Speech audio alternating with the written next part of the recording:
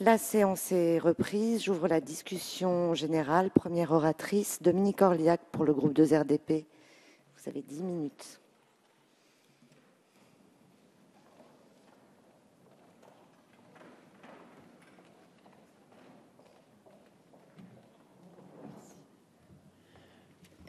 Merci Madame la Présidente, Madame la Ministre, Madame la Présidente de la Commission des Affaires sociales, Messieurs les rapporteurs, Madame la Présidente de la Délégation aux droits des femmes, mes chers collègues. Disons-le d'emblée, les différentes réformes du système de retraite menées dans les 20 dernières années par la droite, Messieurs Balladur en 93, Fillon en 2003, Weurs en 2010, n'ont été que des réformes paramétriques de court terme, visant uniquement l'équilibre comptable du système. Alors aujourd'hui, l'allongement de la durée de vie doit être une chance de mieux vivre et non pas seulement d'aménager le système de retraite.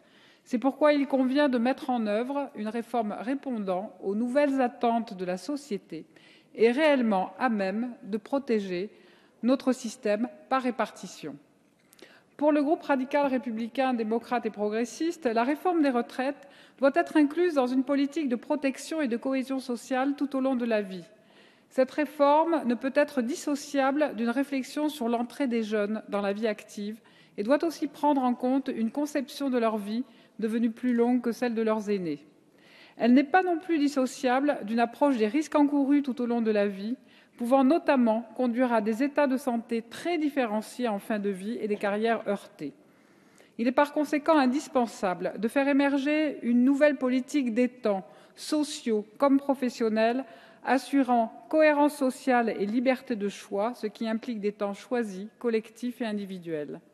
Pour notre groupe, la priorité est de lutter contre le chômage, puisque c'est la première clé du redressement de toute politique sociale, ce chômage chronique qui concerne autant les jeunes que nos seniors. Et c'est ce qu'il faut combattre en priorité pour remettre dans la boucle du travail des cotisants en puissance. Le projet de loi garantissant l'avenir et la justice du système de retraite proposé aujourd'hui par le gouvernement engage une réforme qui permettra un financement de la sécurité sociale qui pèsera moins sur le coût du travail et donc de l'emploi. En outre, des économies sur les coûts de gestion des régimes sont prévues dès 2016 à hauteur de 200 millions d'euros.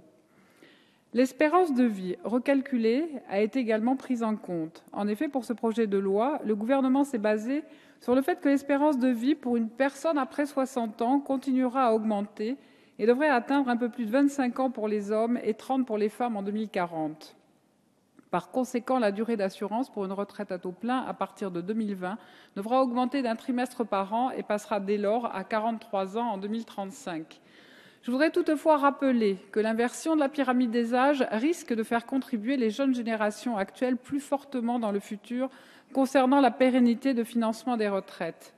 Les jeunes actifs d'aujourd'hui connaissent des problèmes liés à l'activité et au chômage qui nous semblent plus forts qu'auparavant et devront plus fortement participer au financement du système via le principe de solidarité intergénérationnelle. Aujourd'hui, les jeunes générations sont soumises plus fortement à plusieurs changements de carrière tout au long de leur vie d'actif, ce qui était moins le cas auparavant.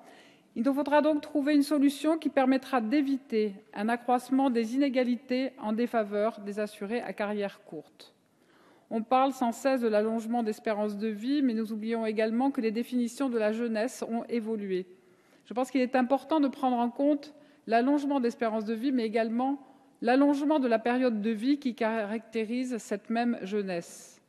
En effet, si on admet communément que la catégorie jeune s'arrête à 25 ans, force est de constater qu'aujourd'hui, la précarité de cette génération oubliée des 25-35 ans continue de créer des fragilités importantes concernant le parcours professionnel. Le rachat du temps de formation ou de période de stage ne peut qu'aller dans le bon sens, si je note toutefois que les étudiants ayant mené de longues études seront donc en position désavantageuse, puisque des étudiants ayant un niveau Bac+2 pourront racheter la moitié de leurs études, alors qu'un étudiant ayant Bac+8 ne pourra racheter qu'un huitième de ses études. Concernant nos seniors, une véritable politique d'accompagnement des personnes âgées devra accompagner cette réforme des retraites, passant donc par le cinquième risque, mais aussi par des mesures d'accompagnement en nature, aide à l'aménagement du domicile pour l'adapter à leurs besoins, aide renforcée à la mobilité, aide à l'accès aux activités de communication culturelle, de loisirs. Et cette politique d'accompagnement devrait être élaborée et mise en place donc par l'État, les collectivités territoriales déjà actives dans ces domaines. Et n'oublions pas les femmes. Nous sommes satisfaits notamment que ce projet de loi prenne mieux en compte les trimestres d'interruption au titre du congé de maternité qui seront réputés cotisés. D'autre part, venant d'un département rural, permettez-moi, Madame la Ministre, d'insister sur un sujet qui me tient à cœur, celui des retraites agricoles. Rappelons que les agriculteurs sont les parents pauvres des systèmes des retraites actuels. Ils pâtissent de très faibles pensions, même lorsqu'ils ont cotisé tout au long de leur carrière. La moyenne nationale s'établissait fin 2011 à peu près 800 € pour les hommes et seulement 550 € pour les femmes. Beaucoup se trouvent de fait placés sous le seuil de pauvreté. Aussi, si les promesses de campagne du président de la République visant à revaloriser les plus faibles retraites agricoles figurent bien dans votre projet de réforme, on peut en revanche s'interroger sur la pertinence des conditions de financement choisies. En effet, doit-on faire supporter ce financement uniquement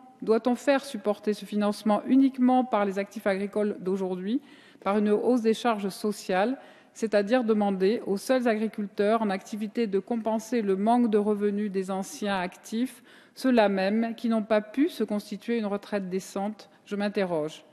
D'autre part, comme l'a indiqué le Premier ministre fin août, les conjoints collaborateurs n'avaient bénéficié, à la différence des chefs d'exploitation, d'aucun point gratuit ni de la possibilité de racheter des années antérieures. Le Premier ministre a donc annoncé que 66 points gratuits seront attribués aux titres années antérieures à leur affiliation dans la limite de 17 années aux conjoints collaborateurs et aux aides familiaux, justifiant de 32 années et demie dans le régime des non-salariés agricoles, y compris pour les retraités actuels. Ceci est une avancée, mais je crains, Madame la Ministre, que cela ne suffise pas à leur assurer un niveau de vie décent. De même, nombre d'entre eux risquent d'être exclus du dispositif compte tenu des critères restrictifs, et je souhaite que votre projet de réforme s'empare aussi de ces enjeux. Concernant la pénibilité, dont la prise en compte est une très grande avancée de cette proposition de loi, sur laquelle nous reviendrons plus tard, nous pouvons regretter que les praticiens hospitaliers ne soient pas concernés. Pour le groupe des RDP aussi, je reviendrai sur l'article 32 du projet de loi. Cet article laisse à penser une certaine reprise en main par l'État des caisses de retraite des professions libérales. En effet, le directeur de la Caisse nationale d'assurance vieillesse des professions libérales, nommé par décret, superviserait la gestion des régimes de base et mettrait fin à l'autonomie des sections professionnelles. Alors, notre proposition d'amendement ne vise vraiment aucunement à garder telles quelles les dispositions concernant les régimes de retraite des professionnels libéraux. Mais cet article ayant été introduit sans la moindre concertation, il nous apparaît d'autant plus surprenant que les précédents échanges avec le gouvernement n'aient pas laissé entendre de telles mesures rédigées en urgence. Il est indispensable, pour le groupe des RDP, qu'une concertation ait lieu avant toute prise de décision concernant la retraite d'un secteur de plusieurs dizaines de fédérations professionnelles. Il conviendrait également de préciser les motivations réelles de cet article 32. Bref, en tout état de cause, les pistes qui nous sont proposées dans ce projet de loi permettront d'assurer la pérennité financière du système de retraite, d'une réforme des retraites empreinte de justice. Le groupe radical, républicain, démocrate et progressiste soumettra plusieurs amendements visant à améliorer ce texte afin de lui donner encore plus de force et de justice. Nous attendons donc de voir comment ce projet de loi, amendé en commission des affaires sociales, aboutira à la suite des amendements qui seront exposés dans ces prochains jours, mais notre groupe est confiant dans un projet de loi empreint de plus de justice concernant la retraite de nos concitoyens. Je vous remercie. Merci.